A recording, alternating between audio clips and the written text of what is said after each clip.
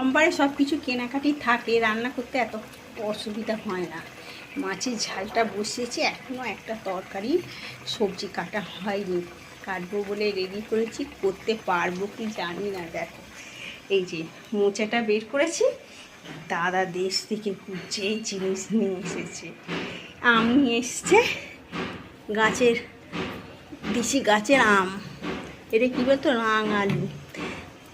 বাপের বাড়ি যায় না, বৌদি পাঠিয়ে দেয় কিছু কিছু জিনিস। দেখো আমার বাপের বাড়ির কাছেই হচ্ছে মামার বাড়ি, মামাদের মানে বিল আছে, মামাদের বিল এখন গরমকাল জল কমে যাচ্ছে, ওই জন্যই দেখো একদম বাটা মাছ, পুঁটি মাছ, মোরলা মাছ, ওইতে দুটো একটা চিংড়ি মাছ আছে।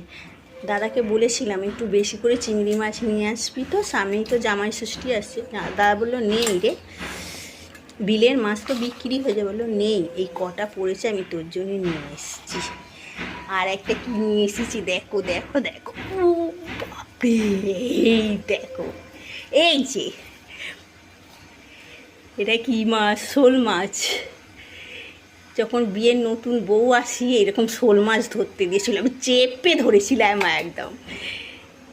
কাটতে পারবো না এই মাছ, আমি ওই যারা মাছ বিক্রি করে ওদেরকে দিয়ে আসি।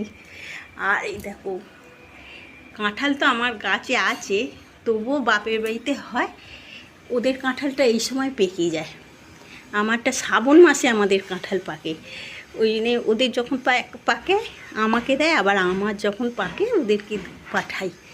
আবার এখনই হচ্ছে দেখো এঁচোড়ে কাঁটা, এখনও কাঁচা এঁচোড় আছে। দাদা একটা নিয়ে এসেছে, বৌদি আধখানা নিয়েছে, আমার জন্য আধখানা দিয়েছে। আর আমাদের বাপের বাড়ির পাশেই না মশলা ভাঙায়, আমি বললাম একটু হলুদ নিয়ে আসবি। এই যে আর আজকে মনে হচ্ছে মোচাটা ছাড়াতেই পারবো না, এগুলো তো বাঁচতে হবে, বেঁচে নয় দিল কিন্তু ধুতে হবে তো,